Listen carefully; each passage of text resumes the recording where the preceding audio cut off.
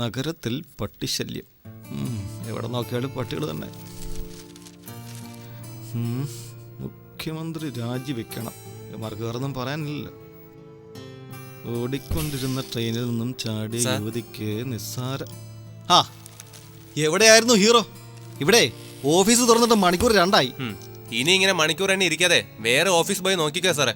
കണ്ടോ, ഗൾഫിലേക്കുള്ള വിസയും ടിക്കറ്റും 2ാമത്തെ അളി അയച്ചു തന്നതാ. 5 പൈസ മുടക്കില്ലാതെ. ദാ നോക്ക്.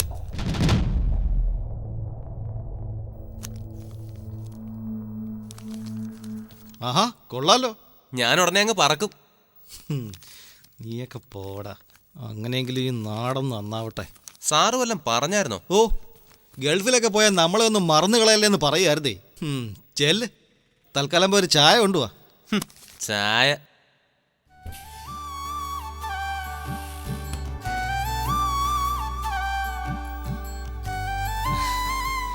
എൻ്റെ സണ്ണിച്ച, ഗൾഫിൽ പോയി ഞാൻ അനുഭവിച്ച ദുരിതങ്ങൾ തനിക്കറിയാവുന്നല്ലേ?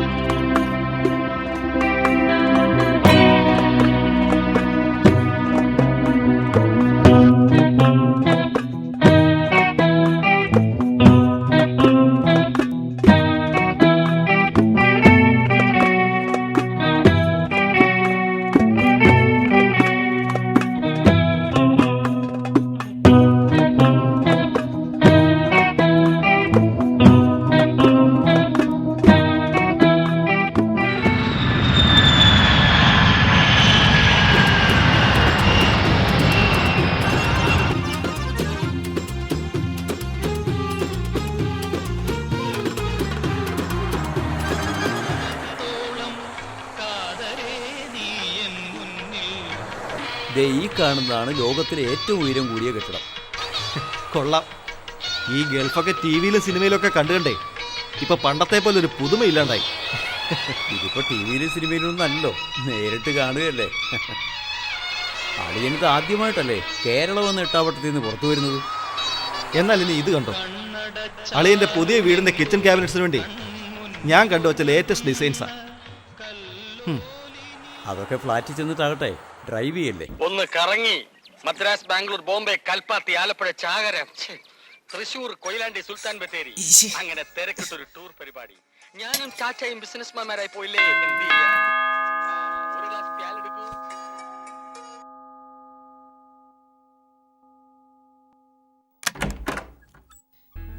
ആഹാ, പെട്ടിയെല്ലാം എടുത്തോണ്ടെങ്കിൽ പോന്നോ?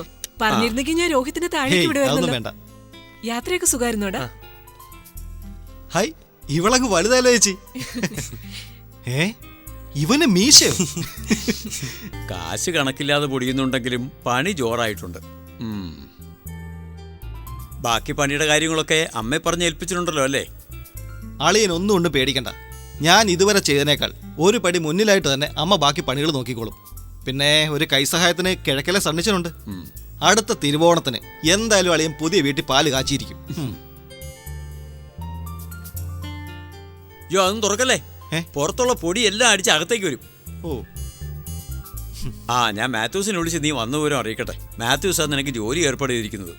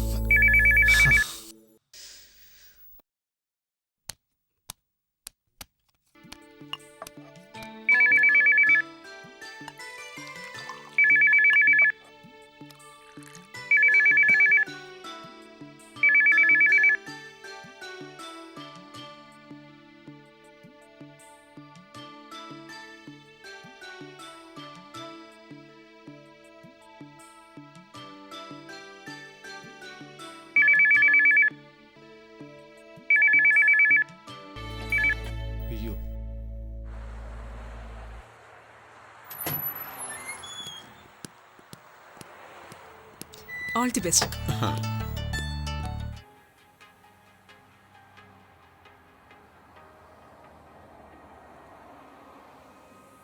അളിയൻ വിവേകിന് ഇവിടെ ഒരു ജോലിയായിട്ട് വേണം എൻ്റെ ഭാര്യ വീട്ടുകാരുടെ മുന്നിലൊന്ന് ഞെളിഞ്ഞു നടക്കാൻ. ഗൾഫിലായിട്ട് പോലും അവിടുത്തെ ചില എംബോക്കുകൾക്ക് എന്നോട് ഒരു ബഹുമാനമില്ലടോ. എന്നാലും മാത്യൂസേ, തൻ്റെ ഈ ഉന്നതങ്ങളിലുള്ള പിടിപാട് സമ്മതിച്ചിരിക്കുന്നു. ആ ഡോക്ടർ ബെന്നി സ്ഥലത്തുണ്ടായിരുന്നെങ്കിൽ ഇന്ന് തന്നെ അളിയൻ്റെ അപ്പോയിൻമെന്റ് ലെറ്ററും വാങ്ങി നാളെ ജോയിൻ ചെയ്യാമായിരുന്നു നമുക്ക്. ആ മൊയ്തു എത്തിയല്ലോ. അളിയെ ഇന്റർവ്യൂലായിരിക്കും അല്ലേ? പിന്നെ ഇവിടെ അല്ലാതെ വേറെ എവിടെയെങ്കിലുമൊക്കെ പണിക്ക് പറഞ്ഞു വെച്ചിട്ടുണ്ടോ? അതിൻ്റെ ആവശ്യമില്ലല്ലോ. മാത്യൂസ് മുഖാന്തരം എല്ലാം ഏർപ്പാടാക്കിയിട്ടല്ലേ എൻ്റെ അളിയനെ കൊണ്ടുവന്നത്. എന്തായാലും ഇതോടൊപ്പം വേറെ ഓരോന്നുകൂടി നോക്കുന്നത് നന്നായിരിക്കും. താൻ എന്താ ഈ പറയണേ?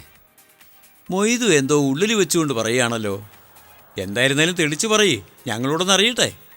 നിങ്ങൾക്കറിയാലോ, നമ്മൾ ഈ കഫ്തീരിയ തുടങ്ങിയ കാലത്താണ് ഡോക്ടർ ബെന്നി ചെറിയൊരു ക്ലിനിക്ക് തുടങ്ങുന്നത്. അതൊക്കെ ഞങ്ങൾക്കറിയാം.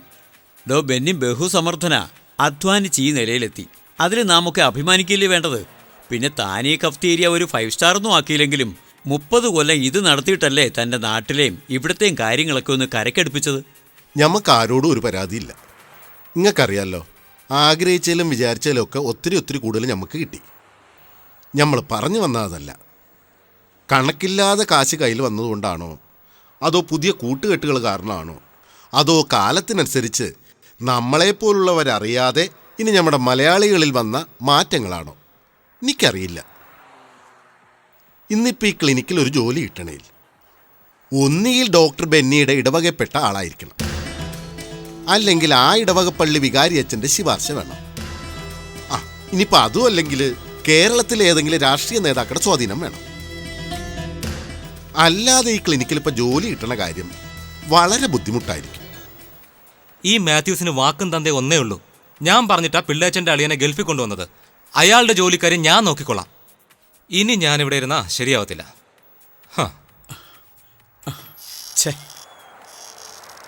അതെ, ഞാൻ നിങ്ങളെ ബേജലാക്കാൻ വേണ്ടി പറഞ്ഞതല്ല. ഈ ക്ലിനിക്കിലെ മിക്കവാറും സ്റ്റാഫുകൾ 2-3 നേരം ഇവിടെ വന്ന് ഭക്ഷണം കഴിക്കാറുണ്ട്. അവർ തമ്മിൽ പറയണ കേട്ടതിന്ന് ഞമ്മക്ക് മനസ്സിലായത് നിങ്ങളോട് പറഞ്ഞെന്ന് മാത്രം. നിങ്ങളുടെ അളിയന് ഇവിടെ തന്നെ ജോലി തരപ്പെടുന്ന എൻ്റെ ആഗ്രഹം. എടോ, ഈ ബാക്കി ചായ കുടിക്കേ. ബാക്കി ചായേ അളിയൻ്റെ അപ്പോയിൻമെന്റ് ഓർഡർ കൈ കിട്ടി ഇവിടെ ജോയിൻ ചെയ്യാൻ വരുമ്പം കുടിക്കാം. എന്താ ചെയ്യാ?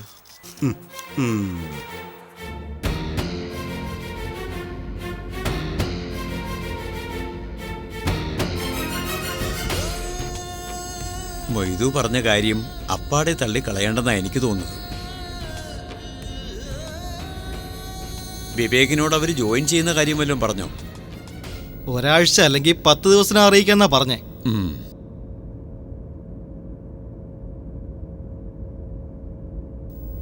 ഈ പൊടിക്കാറ്റും മൂടലും എല്ലാം ഉടനെ അങ്ങ് മാറും എൻ്റെ പിള്ളേച്ച.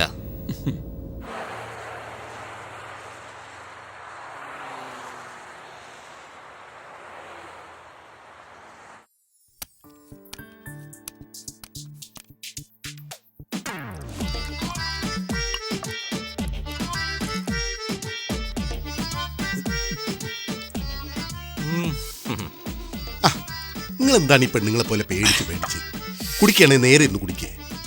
നിങ്ങളെ വീട്ടിൽ ഇരുന്നല്ലേ കുടിക്കണേ? അതെ, എൻ്റെ മോൻ രോഹിത്തിനിപ്പോൾ പ്രായപൂർത്തിയായി.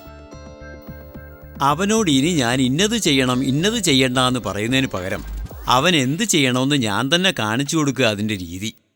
ഉദാഹരണത്തിന്, ഞാനിപ്പോൾ ഈ കുടിക്കുന്ന കാര്യം അവൻ അറിഞ്ഞാൽ അവനും കുടിക്കണമെന്ന് തോന്നും. അന്നേരം നമുക്ക് അവനെ തെറ്റു പറയാനോ ഗുണദോഷിക്കാനോ പറ്റുമോ? ഇക്കാര്യം മക്കൾക്ക് രണ്ടിനും അറിയില്ല.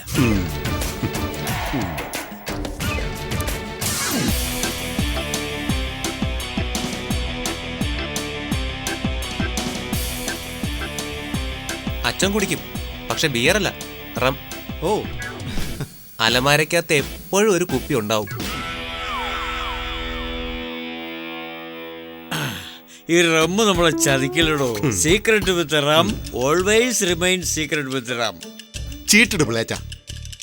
ഒരു കവള് മോന്തിയപ്പോഴേക്കും തുടങ്ങി നിങ്ങളുടെ ഒരു English. Anything sir? What's your name?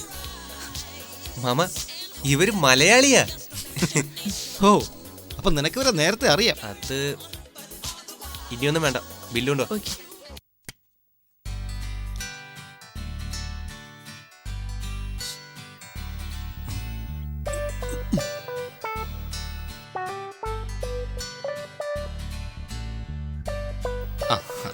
Drinks എത്തിയില്ലോ. മാത്യൂസേ, വിവേകിന്റെ ജോലിക്കാര്യം വല്ലതും അറിഞ്ഞോ? മാസം ഒന്നായല്ലോ അവൻ വന്നിട്ട്. ആ, അങ്ങനെ പ്രയോജനമുള്ള വല്ല കാര്യം നടക്കട്ടെ. താൻ ഡോക്ടറെ ഒന്ന് വിളിച്ചേ. ആ, പിടിച്ചോക്കാലോ ഇപ്പൊ തന്നെ. ദേ, ഉം. ഒന്നിങ്ങോട്ട് വന്നേ. പിള്ളേര് പോയിട്ട് നേരത്രേ, ഞാൻ വിളിച്ചിട്ട് ഫോണും എടുക്കുന്നില്ല. ഇതെവിടെ പോയതാണോ എന്തോ? അവരിത്തിരി കറങ്ങട്ടടി, ഇപ്പോഴല്ലേ നടക്കൂ. വിവേകിന് ജോലിയായപ്പൻ ഇതും വല്ലതും പറ്റുമോ? ഈ മനുഷ്യന്റെ ഒരു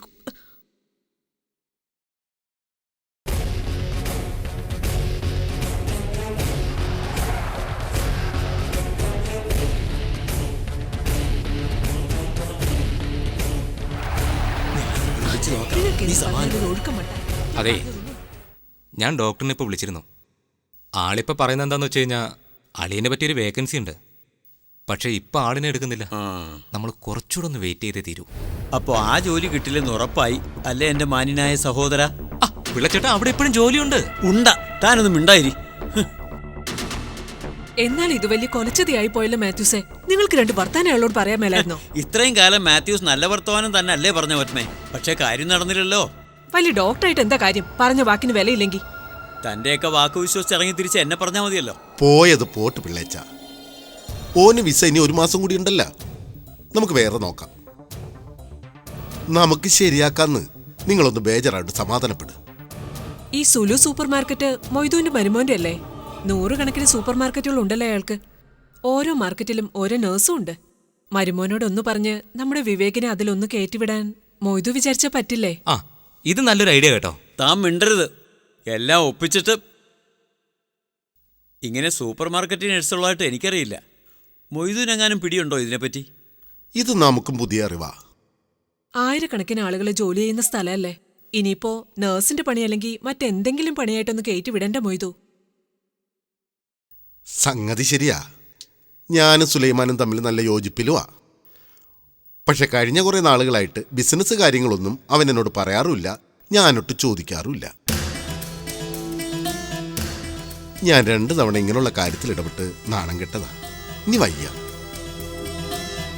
അവിടെ ഇപ്പൊ പുതിയ ജോലിയിലേക്ക് ഓന്റെ ആൾക്കാരെ എടുക്കണത്.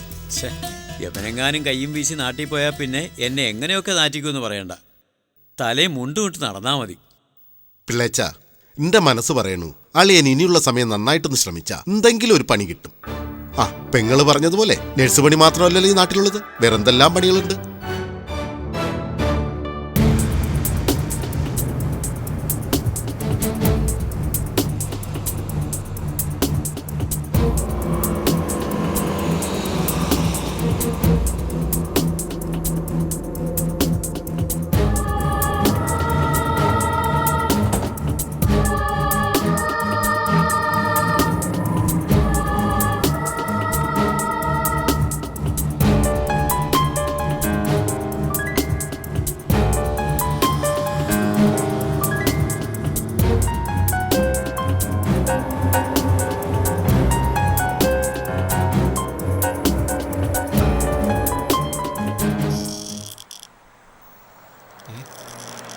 ഫൈസൽ,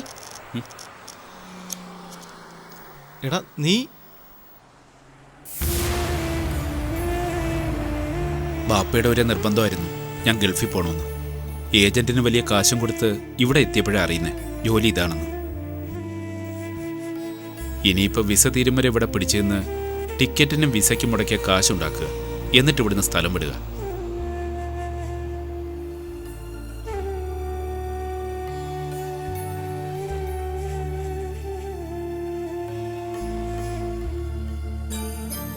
ഏത് നേരത്താണോ അവനെ ഇങ്ങോട്ട് കൊണ്ടുവരാൻ തോന്നിച്ചത്? അവന്റെ നാട്ടിലെ ചുറ്റികളികളും ചില്ലറ രാഷ്ട്രീയമൊക്കെ കൊണ്ട് പൊറുതിമുട്ടി അമ്മ പറഞ്ഞപ്പോ പ്രഭേട്ടൻ ആദ്യം സമ്മതിച്ചില്ല. പിന്നെ ഞാൻ നിർബന്ധിച്ചിട്ടാ വിസ എടുത്തു കൊടുത്തത്. പണിയൊന്നും ആവാതെ തിരിച്ചുവിടുന്ന കാര്യം എനിക്ക് ആലോചിക്കാനായി വയ്യന്റെ ദൈവമേ. ഇനിയിപ്പോ ദൈവത്തെ കൂട്ടുപിടിച്ചിട്ട് എന്ത് കാര്യം? എത്ര ഇന്റർവ്യൂവിന് പോയി, എവിടെയെങ്കിലും ജോലി കിട്ടണ്ടേ? എന്നാൽ പണികൾ പലതും കിട്ടിയപ്പോഴോ അതൊന്നും അന്തസ്സിന് ചേരുകയില്ല. ധനനഷ്ടവും മാനഹാനിയും മിച്ചം. എന്തായാലും നിങ്ങളുടെ അളിയൻ നാട്ടിലേക്ക് പോകാൻ തീരുമാനിച്ച സ്ഥിതിക്ക് എൻ്റെ മനസ്സിലൊരു കാര്യം തോന്നുന്നു. നാട്ടിൽ എന്തൊക്കെ സാധനങ്ങളുണ്ടോ അതല്ല ഇവിടെയുണ്ട്. പക്ഷെ വിലയുടെ കാര്യം നോക്കുമ്പോഴാ എടാ മോനെ, നിനക്ക് ആ കിട്ടിയ ജോലിക്ക് അങ്ങ് പോയാലെന്താ? ചെറുത്തിന് പോയല്ലേ പിന്നെ വലിയ ജോലിയാവുന്നത്. അവൻ അതിനൊന്നും പോകില്ല പത്മേ. അതെങ്ങനെ? അളിയൻ ഗൾഫിലെ വലിയ കളക്ടറല്ലേ? ഇപ്പൊ നിന്റെ ഈ വരവിന് തന്നെ പ്രഭേട്ടന് എന്ത് ചെലവുണ്ടെന്ന് നിനക്കറിയാവോ? അത് വിട്. ഇവിടെ കൊണ്ടുവന്ന് സഹായിച്ച ചെലവിന്റെ കാര്യമൊന്നും പറയാതിരിക്കുന്ന നല്ലത്. രോഹിത് അകത്തു പോ. പിന്നെ ഞാൻ എൻ്റെ കാശ് മുടക്കാതെ എങ്ങനെ നീ ഇവിടെ എത്തിയെന്നാ നിന്റെ വിചാരം? കമിഴ്ന്ന് വീണ കാൽപ്പണമെന്ന് കരുതുന്ന അളിയൻ എന്നെ ഗൾഫിൽ കൊണ്ടുവരുന്ന കാര്യം പറഞ്ഞപ്പോഴേ വല്യമ്മാവൻ പറഞ്ഞതാ ഇതിലെന്തോ കുരുക്കുണ്ടെന്ന്. എന്തിന്? വിസയും ടിക്കറ്റ് കണ്ടപ്പോൾ അളിയൻ്റെ സ്വന്തം അനിയൻ തന്നെ പറഞ്ഞല്ലോ, ഇനി വടക്കേ നാട്ടിലെ ബാക്കിയുള്ള സ്ഥലം കൂടി അമ്മയുടെ കയ്യിൽ നിന്ന് അടിച്ചു മാറ്റിയിട്ട് അതിൽ അളിയൻ രണ്ടാമത്തെ വീട് വെക്കുമെന്ന്. എടി ദ്രോഹി, ദേവദോഷം പറയാതെ. നാട്ടി വേലയും കൂലിയില്ലാതെ തെക്ക് വടക്ക് നടന്നതിന്റെ നാടി പൊടിയണ്ടെന്ന് വിചാരിച്ചു. നിർത്ത്. ഞാൻ നാളിതുവരെ നടു നിവർത്തി തന്നെയാ ജീവിച്ചത്. എന്റെ ആവശ്യങ്ങൾക്ക് ഞാൻ ആരുടെ മുന്നിലും തല കുനിച്ചിട്ടില്ല. ഏത് തൊഴിലും അഭിമാനത്തോടെ ചെയ്യുന്നവനാണ് ഈ വിവേക്. പക്ഷെ തിരിച്ചും പ്രതിഫലവും ബഹുമാനവും കിട്ടണം. എന്തിന്? നാട്ടിൽ 2 സ്ഥലക്കച്ചവടം ചെയ്താൽ മതി, ലക്ഷങ്ങൾ വീഴും കയ്യില്. ഓ, ഒരു ലക്ഷപ്രഭു. പറയാതിരിക്കുക ഭേദം. അല്ല, നിങ്ങൾ ഇത്രയും ദൂരം ഗൾഫിലേക്ക് വന്നേക്കണത് നാട്ടിലെ പ്രശ്നങ്ങൾ പറഞ്ഞ് വഷളാക്കാനോ അതോ അതിനൊക്കെ ഒരു പരിഹാരം കാണാനോ? ദേ, എല്ലാവർക്കും പ്രശ്നങ്ങളുണ്ട്. ആ, കാര്യങ്ങളൊക്കെ ഇത്രത്തോളം ആയ സ്ഥിതിക്ക് പോണേന് മുമ്പേ ഇനി എന്തെങ്കിലും വഴിയുണ്ടോ എന്ന് നോക്കാം. ഇനിയിപ്പോ എന്ത് വഴി? വിസ തീർന്നിരിക്കുക, നാട്ടിൽ പോയേ പറ്റൂ. ആ, അതാ നമ്മൾ പറഞ്ഞതേ. പോകുന്നതിന് മുമ്പ് നമുക്കൊരു ശ്രമം നടത്താം. വിവേകിന്റെ പഠിപ്പിനനുസരിച്ച് ജോലി കിട്ടാൻ ഇനിയൊരു വഴിയുണ്ട്. പിള്ളേച്ചന് ഇഷ്ടപ്പെടില്ലെന്ന് എനിക്കറിയാം. എന്നാൽ നിങ്ങൾ മനസ്സ് വെച്ചാൽ കാര്യം നടക്കും. പിള്ളേച്ചൻ നമ്മുടെ പഴയ ഒരു സുഹൃത്തിനെ വിളിച്ചാൽ നിങ്ങളുടെ അളിയൻ്റെ കാര്യം ശരിയാവും. 10-25 വർഷത്തെ പരിചയവും ബന്ധമല്ലേ നിങ്ങൾ നിസ്സാരൊരു പ്രശ്നത്തിന് വേണ്ടി നശിപ്പിച്ചു കളഞ്ഞത്? ഒരു ഫോൺ കോളിൽ തീരാവുന്ന പ്രശ്നമേ ഉള്ളൂ നിങ്ങൾ തമ്മിൽ. നിങ്ങളുടെ കൂട്ടത്തിൽ ഒരാൾക്ക് ജോലി വേണമെന്ന് പറഞ്ഞാൽ ഇല്ലാത്ത വേക്കൻസി ഉണ്ടാക്കിയായാലും ഡോക്ടർ നായരത് ചെയ്യും. ചെല്ല് പിള്ളേച്ച. എൻ്റെ പട്ടി വിളിക്കും അയാളെ. പട്ടിണി കിടന്ന് മരിച്ചെന്നിരിക്കും, പക്ഷെ ആ തെണ്ടിയുടെ കാര്യം വിളിക്കാൻ ഞാൻ പോവില്ല.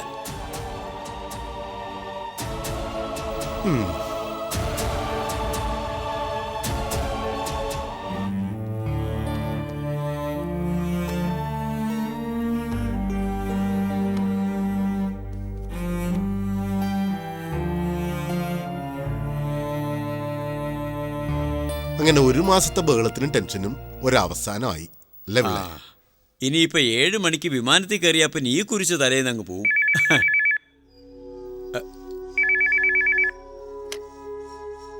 ഹലോ. ഹലോ, പ്രഭാകരൻ പിള്ളയല്ലേ? അതെ, പ്രഭാകരൻ പിള്ളയാണ്.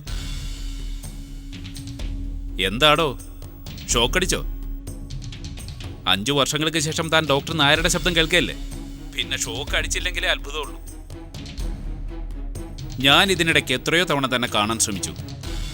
താൻ എന്നെ തീർത്തും അവഗണിച്ചു. നമ്മുടെ ആളുകൾ തമ്മിൽ ഇങ്ങനെ കീരിയും പാമ്പും പോലായ എങ്ങനെ മേൽഗതി ഉണ്ടാവാനാ? പരസ്പര ധാരണയും ഐക്യവും കൂട്ടായ്മയൊക്കെ ഉണ്ടായ എല്ലാവർക്കും കൊള്ളാം. തന്നോട് ഇതൊക്കെ പറഞ്ഞിട്ട് എന്താ കാര്യം? താൻ തൻ്റെ അളിയനോടെ എന്നെ വന്നൊന്ന് കാണാൻ പറയും.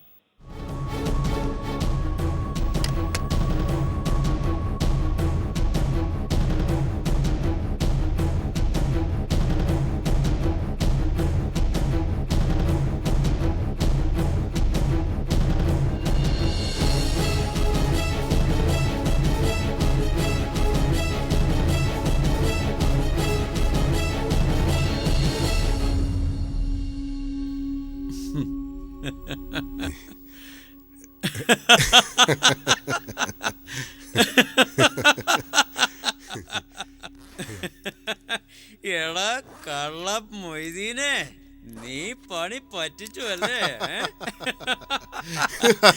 നീ ആ വിവേകിനെ ഇഞ്ഞ് വിളിച്ചേ പറ്റേ, കാര്യങ്ങളൊക്കെ തിരിഞ്ഞു പറഞ്ഞു വന്നു. എന്ത് കാര്യം?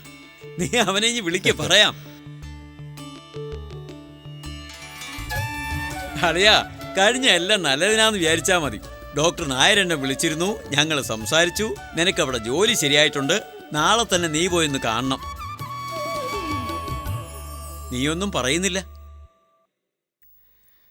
നന്ദി ആരോട് ഞാൻ ചൊല്ലേണ്ടു എന്ന് ആലോചിക്കുകയായിരുന്നു. ചെയ്ത എല്ലാ ഉപകാരങ്ങൾക്കും നന്ദിയുണ്ട് എല്ലാവരോടും. ഞാൻ ഈ ജോലിക്ക് പോയ ഡോക്ടർ നായരോട് എൻ്റെ അളിയൻ കടപ്പെട്ടവനായി തീരും. അളിയൻ്റെ അഭിമാനത്തിനത് മാരകമായി മുറിവേൽപ്പിക്കും. മറിച്ച് ഇതിന് പോകാതെ നാട്ടിൽ തിരിച്ചെത്തിയ ഞാൻ നാറും. അളിയ, നമ്മൾ രണ്ടുപേരിൽ ഒരാൾ തോറ്റേ മതിയാവും. എനിക്ക് വേണ്ടി എൻ്റെ അളിയനോ പെങ്ങളോ തോൽക്കരുത്. ഈ ജോലിക്ക് ഞാൻ പോണില്ല.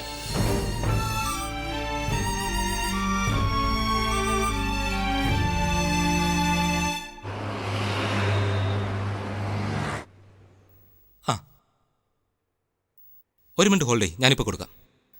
ഇതാ കുവൈറ്റിലെ കുരിയച്ചായനാ. പുള്ളി ഇപ്പോഴും മോനെ കേരളത്തിലെ കോളേജിൽ തന്നെ വിട്ടാലെന്ന് ചോദിക്കുക. ദേ ചോദിച്ചേ. കുരച്ചായോ, എന്നാ വിശേഷം? ഇതിപ്പോൾ ഞങ്ങൾ പറഞ്ഞതേ മാംഗ്ലൂർ സെൻറ് തോമസ് എഞ്ചിനീയറിംഗ് കോളേജാ. പിന്നെ ലോക പ്രശസ്തമല്ലേ. അവരുടെ വെബ്സൈറ്റ് കണ്ടാലത് മനസ്സിലാവും കുരച്ചായ. പിന്നെ അച്ഛന്മാരുടെ മേൽനോട്ടം ആയതുകൊണ്ട് നല്ല അച്ചടക്കമുണ്ട്. ആമ്പിള്ളേരാകുമ്പോൾ ചുമ്മാ അങ്ങ് അഴിച്ചു വിട്ടാലേ ചീത്തയാവാൻ ഒരു നിമിഷം മതി. കാലം വളരെ മോശമാ. കേരളത്തിലെ കാര്യമൊന്നും പറയാതിരിക്കുന്നതാ ഭേദം. ഇവിടെ രാഷ്ട്രീയം, ഒന്നിക്കൊന്നിരട സമരം, ഹർത്താല്, അക്രമം, ഇതെല്ലാം കഴിഞ്ഞ് പഠിക്കാൻ എവിടാ സമയം? ഇതിപ്പോൾ കർണാടകയിലായോണ്ട് ഫുൾ ടൈം പഠിക്കാം. പഠിച്ച് 3-ാം വർഷം ക്യാമ്പസ് ഇന്റർവ്യൂവും കഴിഞ്ഞ് ജോലിയും തരപ്പെടും. ബാംഗ്ലൂർ തന്നെ മതിയെന്നോ? എന്നാ ശരി, ഞാൻ സണ്ണിച്ചിന് കൊടുക്കാം. പോകുമ്പോൾ അവനും കൂടെ വരും. എന്നാ ശരി. എന്നതാ കാശോ? കാശിന്റെ കാര്യത്തിൽ അവിടുത്തെ പ്രിൻസിപ്പൽ അച്ഛൻ ഒരു വിട്ടുവീഴ്ചയും ചെയ്യത്തില്ല. 1 രൂപ കുറയ്ക്കത്തില്ല. സമ്മതിച്ചോ? എന്നാ വൈകിട്ട് കാശുമായിട്ട് വാ. ഞാനിപ്പോൾ തന്നെ അച്ഛനോട് പറഞ്ഞ് സീറ്റ് ബുക്ക് ചെയ്തോളാം. ഫൈസലിന്റെ ഫോണും ഇല്ല, ഇമെയിലും ഇല്ല, വാട്സപ്പും ഇല്ല. ഫൈസൽ വിളിച്ചിരുന്നു. മലപ്പുറംകാർ ഷമീന നാസറിനെ നാഗർകോവിൽ അല്ലമീൻ മെഡിക്കൽ കോളേജ് ചേർക്കുകയും ചെയ്തു. 35 ലക്ഷം റൊക്കം കൊടുക്കുകയും ചെയ്തു. ഫൈസൽ സ്കൈപ്പിലെത്തില്ലോ. പറയടാ, കാശ് രൊക്കം കൊടുത്ത സ്ഥിതിക്ക് ഉസ്മാൻ ഹാജിയുടെ കമ്മീഷൻ മൊത്തം ഇങ്ങ് തരാൻ പറയണം. കഴിഞ്ഞ വർഷം മൂപ്പരെ നന്നായിട്ട് ഒതുക്കി. ഇത്തവണ ഞാനത് കൈയോടെ വാങ്ങിച്ചെടുത്തു. തിരുവനന്തപുരത്തുനിന്ന് സീതാരാമനാ. ഹലോ. വെങ്കടേശ്വര എഞ്ചിനീയറിംഗ് കോളേജ് മതിയെന്നോ? വളരെ നല്ല തീരുമാനം. ലോക പ്രശസ്തമല്ലേ? അതവരുടെ വെബ്സൈറ്റ് കണ്ടാൽ മനസ്സിലാവും. ആട്ടെ, അപ്പം കാശും പേപ്പറും സർട്ടിഫിക്കറ്റുമായിട്ട് ഇങ്ങ് വന്നാൽ മതി. അഡ്മിഷൻ റെഡിയല്ലേ? തിരുവനന്തപുരംകാരന് കോയമ്പത്തൂര്, മലപ്പുറംകാരന് നാഗർകോവില്, പത്തനംതിട്ടക്കാരന് മംഗലാപുരം. എന്താടോ ഇതിന്റെ ഗുഡൻസ്? അതാ സണ്ണിച്ച അതിൻ്റെ ഒരു ബ്യൂട്ടി. പള്ളിക്കൂടത്തിൽ പിള്ളേർ പോണത് പഠിക്കാൻ വേണ്ടിയാണോ അതോ പ്രാർത്ഥിക്കാൻ വേണ്ടിയാണോ എന്ന് പേരൻസിന് അറിയില്ലെങ്കിൽ പിന്നെ നമുക്ക് 4 കാശുണ്ടാക്കാൻ ഇതേ ഒരു വഴി. വിവരമുള്ള രാജ്യങ്ങളിൽ പഠിക്കാൻ പള്ളിക്കൂടത്തിലും പ്രാർത്ഥിക്കാൻ പള്ളിയിലും വിടും.